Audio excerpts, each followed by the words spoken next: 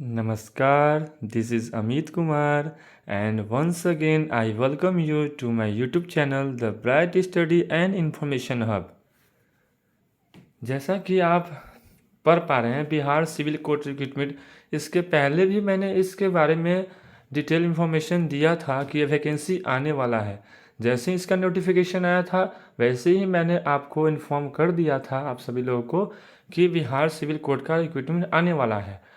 अब से क्या है, जैसा कि मैंने यहाँ डेट भी लिखा था कि 20 सितंबर से जो है यह बढ़ाना इसका फॉर्म जो है फिलअप होना शुरू हो जाएगा। और सच में आज आपको फॉर्म का जो एप्लीकेशन इसका है खुल चुका है। अब आप इसको फॉर्म फिलअप कर सकते हैं। तो जो लोग इस वैकेंसी को लेकर इच्छुक हैं वो ज़रूर से ज़रूर अप्लाई करें और अपने लक्ष्य को सुनिश्चित करें। आपको इसके बारे में डिटेल इन्फॉर्मेशन और मैं बताने जा रहा हूँ कि कौन कौन से वैकेंसीज हैं जो इसके थ्रू आए हैं और क्या इसका सिलेबस रहेगा, क्या हम पढ़ें ताकि इसको क्वालिफाई कर दे। बाकी सारी डिटेल जो है आज मैं फिर से आपको बताने जा रहा हूँ। कुछ और जानकारियाँ जो आपको होनी चाहिए, जो आपको मिलनी चाहिए, मैं देने चाह रहा हूँ। तो आप बने रहिए मेरे यूट्यूब चैनल के साथ। मैं फिर से आप लोगों का स्वागत करता हूँ मेरे यूट्यूब चैनल पर। याद रहे बिहार सिविल कोर्ट रिक्रूटमेंट ये है। बिहार का जो सिविल कोर्ट है उसमें ग्रुप सी लेवल का जो वैकेंसी है वो आया हुआ है। मैं एक बार फिर से रिपीट कर दूँ, ग्रुप सी वर्ग ग का ये वैकेंसी आया हुआ है। मैं डायरेक्ट आपको ले जाता हूँ कहाँ पर, जो इसका नोटिफिकेशन आया है वहाँ पर ले जाता हूँ। देखिए पढ़िए, बोल रहा है the convene the centralized selection and appointment committee come district and sessional जज पटना। मैं डायरेक्ट आपको वहीं का नोटिफिकेशन जो आया हुआ है मैं आपको दिखा रहा हूँ। आप ये पढ़ सकते हैं साफ साफ को, जो लिंक का डायरेक्ट जो नोटिफिकेशन होता है वो मैं आपको बता रहा हूँ। आप यहाँ पढ़ सकते हैं, online application are invited from the eligible candidate for appointment to existing 1673 vacant post of peon ordinary और provision entirely for a period of 2 years in the civil courts of Bihar in the pay scale of level 1 plus usual allowances as admissions under the rule in the prescribed performa. The number of vacancies is subject to increase और decrease. Vacancies जो है decrease और decrease हो सकता है। तो ये सारी डिटेल जो है एक पियून का जो पोस्ट है उसको लेकर ये आया हुआ है। इसका जो ऑनलाइन डेट है, हाँ online, I am sorry, the application shall be filled up online website of civil court Patna HTTP। ये जो है वेबसाइट है कि आप यहाँ से इसको फॉर्म फिलअप कर सकते हैं। और सबसे बड़ी बात कि आप ये पढ़िए, ओपनिंग डेट जो है ऑनलाइन रजिस्ट्रेशन का 20 सितंबर से है। देखिए स्टार्ट हो चुका है और 20 अक्टूबर तक जो है ये भराएगा। तो आप इसको जल्द से जल्द भर दें। जो इच्छुक हैं इस पोस्ट को लेकर वो ज़रूर भर दें। अब आता है बारी कि क्वालिफ़िकेशन क्या है। तो इसका क्वालिफ़िकेशन पढ़ लीजिए। Candidate must be a citizen of India. आपको इंडिया का एक सिटीजन होना पड़ेगा। आप इंडिया के हैं तभी फॉर्म भर सकते हैं। ऐसे तो सबको इंडिया के ही जो सुन रहे हैं मेरी बातों को वो तो इंडिया के ही हैं, भारतवासी ही हैं, वही इसको फॉर्म भर सकते हैं।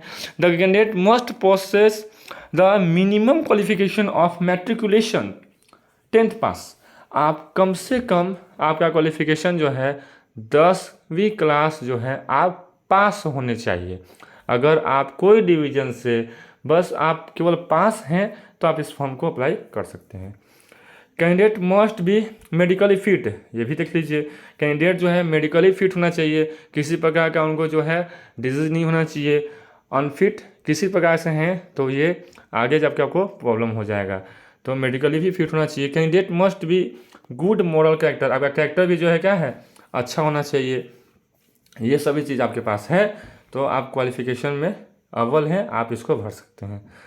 The candidate are advise to keep a print out of the online submission application. ये तो सब जगह बोला जाता है कि आप जब भी कोई फॉर्म भराएं तो एक प्रिंट आउट ज़रूर निकाल लीजिएगा। उससे क्या होगा कि आपका जब एडमिट कार्ड निकालना होगा या बाकी सारी प्रक्रियाएं जब होगी तो उस समय आपको रजिस्ट्रेशन नंबर लगेगा, आपका क्या कहते हैं उस जो एक आपको प्रिस्क्रिप्शन दिया जाता है उसमें सारा डिटेल आपका भरा रहता है, तो बाद में आपको काम आता है। सबसे ज़्यादा इंपॉर्टेंट तो रजिस्ट्रेशन नंबर हो जाता है, इसको लेकर जो है आपको रखना चाहिए, नहीं तो बाद में एडमिट कार्ड नहीं निकलता है और वगैरह वगैरह बहुत सारे प्रॉब्लम हो जाते हैं। तो इस बातों को ध्यान दीजिएगा। आगे देखिए ये सब जो है नोटिस दिया हुआ है, ठीक है। कैटेगरी वाइज ये चलिए एज लिमिट पढ़ लिया जाए कि एज लिमिट क्या है। एज लिमिट जो है उस दिन भी मैंने शायद बताया था, फिर से एक बार देख लीजिए कि अनरिजर्व्ड मेल में मतलब जो यूआर में आते हैं, जो जनरल कास्ट में आते हैं, वो जो मेल हैं वो 18 साल मिनिमम है और 37 साल जो है मैक्सिमम है। 37 साल के बाद जो है फॉर्म नहीं भरा सकता है और 18 साल से कम लोग भी नहीं भर सकते हैं।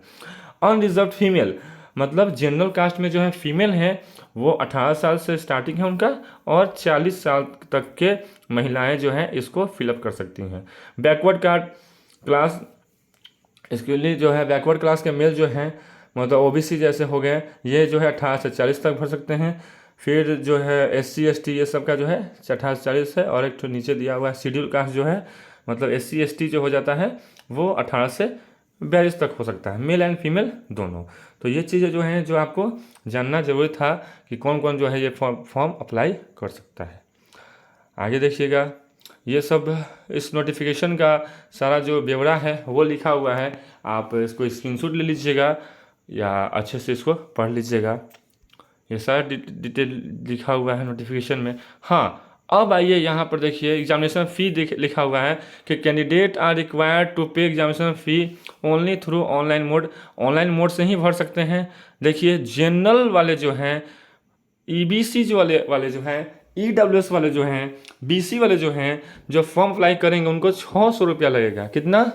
600 ओनली, 600 रुपया मात्र आपको देना होगा। जो OBC में आते हैं उसके बाद जितने भी जो कैटेगरी के हैं उन सभी को 300 रुपीज़ देना है ओनली, केवल मात्र 300 रुपया लगेगा बाकी सब जो कैटेगरीज हैं उनके लिए। ये भी इम्पोर्टेंट न्यूज़ था आप लोगों के लिए देने के लिए, इसलिए मैं बता दे रहा हूँ। ये भी आप लोग के इम्पोर्टेंट है कि जो लोग EWS में है, जनरल में है, उनके लिए 600 रुपया लगेगा और जो लोग बाकी कैटेगरीज में हैं उनको 300 रुपया लगेगा। तो इम्पोर्टेंट न्यूज़ था, आपको जानना जरूरी था। आगे देखिएगा प्रोसेस ऑफ सिलेक्शन। कैसे process selection, very important news कि आपका सिलेक्शन कैसे होगा। द कमिटी में organise preliminary test on the basis of multiplication choice objective questions for screening the candidates depending upon the number of candidates applying for the post. Therefore, a written test shall be conducted followed by interview of the candidate qualifying in the written test. मतलब मैं आपको समझाना चाहता हूँ कि ये बोल रहा है कि सबसे पहले MCQ जो है मल्टीपल चॉइस क्वेश्चन जो है उसके बेसिस पर आपका एक एग्ज़ाम लिया जाएगा। ठीक है, एग्ज़ाम कितने मार्क्स का होगा वो सब मैं आपको बता रहा हूँ अभी। और उसके बाद जो है रिटन टेस्ट अगर आप पास कर ले रहे हैं, ठीक है, जो कैंडिडेट रिटन टेस्ट को पास कर जाएंगे उनका एक छोटा सा इंटरव्यू लिया जाएगा। इंटरव्यू लेने के बाद जो है उनका मेरिट बनाकर ज्वाइनिंग करा दिया जाएगा। तो सिंपल सा प्रोसेस है कि पहले आपको फॉर्म भरा के एग्ज़ाम लिया जाएगा, एग्ज़ाम लेने के बाद जो है आपको एक इंटरव्यू देना होगा और उसके बाद जो है मेरिट लिस्ट आएगा और आपका ज्वाइनिंग हो जाएगा। अब देखिए यहाँ पर ये बात ध्यान दीजिएगा, यहाँ दे रहा है एग्जामिनेशन रिटन टेस्ट कितना मार्क्स का होगा, तो 85 मार्क्स का होगा रिटन टेस्ट, जिसमें क्वालिफाइंग मार्क्स 30 है। मतलब मिनिमम आपको 30 तो लाना ही है, उससे कम में तो आप मतलब कोई गुंजाइश ही नहीं है, आप फेल हो जाइएगा। क्वालिफाई करने के लिए 30 लाना ही लाना है। हाँ, अब 30 के ऊपर आप कितना ज़्यादा ला रहे हैं उसमें मेरिट बनेगा, वो देखा जाएगा, लेकिन मिनिमम मार्क्स आपको 30 लाना ही होगा। फिर आप जब रिटन टेस्ट क्वालिफाई कर जा रहे हैं फिर आपका इंटरव्यू लिया जा रहा है, तो इंटरव्यू जो है 15 मार्क्स का होगा, 15 नंबर का जो है इंटरव्यू होगा। टोटल 100 मार्क्स का टोटल एग्जामिनेशन जो है, टोटल प्रोसेस जो है वो 100 मार्क्स का है। तो 85 का हो जा रहा है रिटन टेस्ट और इंटरव्यू 15 मार्क्स का हो जाएगा। और इंटरव्यू 15 में आपको 6 मिनिमम लाना होगा, किसी भी तरह से आपको 6 मार्क्स लाना ही होगा।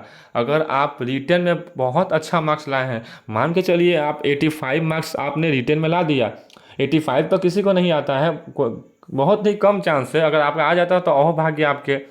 लेकिन मान के चलिए आप 85 में 80 भी ला दे रहे हैं, 82 भी ला दे रहे हैं, और इंटरव्यू में आप 6 मार्क्स भी नहीं ला पा रहे हैं, तो आप डिसक्वालीफाइड हो जाइएगा। आपको सब जगह बराबर लेवल पर मार्क्स लाना पड़ेगा। तो ये चीज़ ध्यान रखिएगा, यहाँ 6 मार्क्स लाना जरूरी है, यहाँ 30 मार्क्स लाना जरूरी है।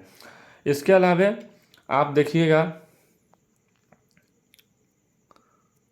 इसके अलावा आपको मैं बता दूं, the question of written test, ये पढ़िएगा, the question of written test, question आखिर रिटन टेस्ट होगा तो कौन कौन से सब्जेक्ट का होगा। ये 85 मार्क्स जो है, पहले तो आपने बता दिया कि 10th बेसिस पर है, मैट्रिक लेवल का ये एग्जाम है, तो आखिर कौन कौन से सब्जेक्ट आएंगे इसमें, ये भी तो जानना जरूरी है। बिल्कुल, तो देखिए बता रहा है कि पहले तो हिंदी आएगा। हिंदी सब्जेक्ट में जो है पूरे पूरी 35 मार्क्स आपको लगेंगे हिंदी में। फिर इंग्लिश में जो है 15 मार्क्स है। फिर मैथमेटिक्स मतलब गणित में जो है 35 है। तो हिंदी और जो गणित है इसमें अच्छा वेटेज है मार्क्स का, 35 और 35 का 70 नंबर तो केवल हिंदी और मैथ ही ले रहे हैं। इसके अलावा फिर 15 नंबर केवल इंग्लिश का है। तो यही सभी जोड़ के जो है आपको टोटल कितने हो जा रहे हैं, तो आपको टोटल मार्क्स जो है आप देख पा रहे हैं कि मात्र 85 मार्क्स आ रहे हैं। तो 85 में से जो है आपको तो केवल 30 ही लाना है, लेकिन 30 ला के ही आपको संतुष्ट नहीं रह जाना है, क्योंकि बाद में मेरिट लिस्ट बनेगा तो उसके अनुसार आप जितना ज़्यादा मार्क्स लाएंगे आपके लिए सेफ्टी रहेगा। तो इस प्रकार से जो है ये सब न्यूज़ मैं आपको देना चाहा। फिर यहाँ देखिए, द इंटरव्यूज़ ऑफ 15 मार्क्स। अब इंटरव्यू का भी ब्यौरा ले लिया जाए कि आखिर इंटरव्यू में क्या क्या पूछा जाएगा, है ना। मैं इंटरव्यू में जाऊँगा तो किस किस विषय के बारे में पूछा जाएगा। तो आप यहाँ देखिए क्राइटेरिया दिया हुआ है, कौन कौन सा सब्जेक्ट से पूछा जाएगा। जनरल अप्रेंसेंस में से 2.5 मार्क्स का होगा। क्वालिफिकेशन जो आपका जितना है, आप 10th बेसिस पे हैं, या मान के चलिए कोई कोई ऐसे होते हैं जो ग्रेजुएशन पास रहते हैं, तो वो मतलब ग्रेजुएशन लेवल पे कुछ कुछ उनसे पूछा जा सकता है। कोई इंटर तक है तो उनके लिए इंटर से पूछा जा सकता है। फिर एक्सपीरियंस आपसे पूछा जाएगा कि आप क्या क्या करते हैं, आपका किस चीज़ का एक्सपीरियंस है। उसके मान के चलिए आप बोलिएगा कि मैं एक टीचर हूँ, एक स्कूल में अच्छे से पढ़ाता हूँ, या आपसे पूछा जाएगा कि हाँ आप जो है पहले कहीं काम कर चुके हैं, आपका कुछ भी एक्सपीरियंस है तो उसके बारे में कुछ पूछा जा सकता है। फिर नॉलेज ऑफ जॉब, मतलब आपका जॉब के बारे में क्या नॉलेज है, आप कहीं पर नौकरी कीजिएगा तो कैसे नौकरी कीजिएगा, इसके बारे में कुछ पूछा जा सकता है। हर एक चीज़ जो है 2.5 मार्क्स के हैं। आप जितना अच्छा बताइएगा, हो सकता है किसी किसी को 2 नंबर मिले, हो सकता है किसी किसी को 2.5 मार्क्स भी मिल जाए। तो ये आपके इंटरव्यू देने के प्रोसेस पे जो है डिपेंड करता है, आपके एबिलिटी पर डिपेंड करता है कि आप कितना अच्छा से इसको परफॉर्म कर रहे हैं। तो ये चीज़ आपके लिए बहुत ज़रूरी था। फिर इसके बाद जो है ये देख लीजिए थंबनेल लगा हुआ है ना।